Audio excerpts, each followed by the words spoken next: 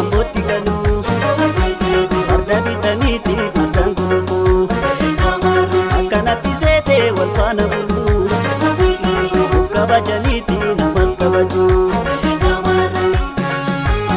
Aduma kee kana wallaalee chuuttee asooltee kana innistu waanuma kee ani wallaalee jettee namaa kana innistu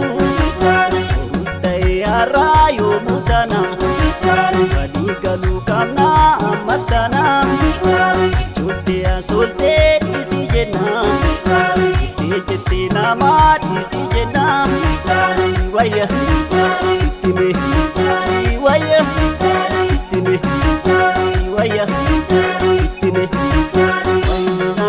na qofaatu jira jettee yooniini sitti wayya goosini asittime yooniini maanamayyu ammayoomi siisa sobeeto jiraadha sitti wayya goosini asittime yooniini ammanumaati yaabbee gadi garankee yookaan anatu gaba akkasuma gaba bareedina kee laalee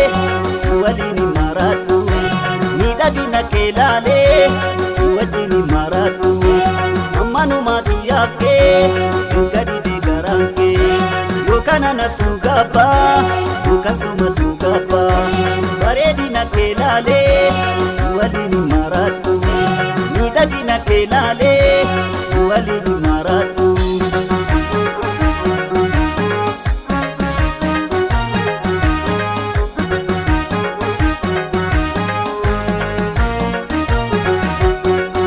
Sake yooma wallaalee maanaan obsee fankabaa durayyuu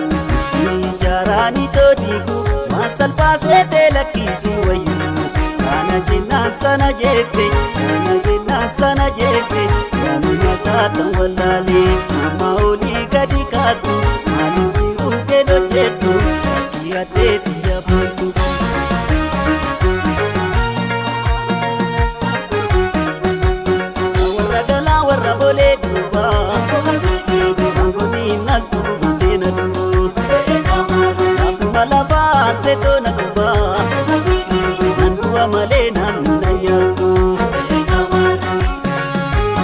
Aduma kee kana wallaalee chuuttee asooltee kana innistu waanuma kee ani wallaalee jettee namaa kana innistu horus ta'ee har'aa yoomuu taana walii galuu qabna ammas taana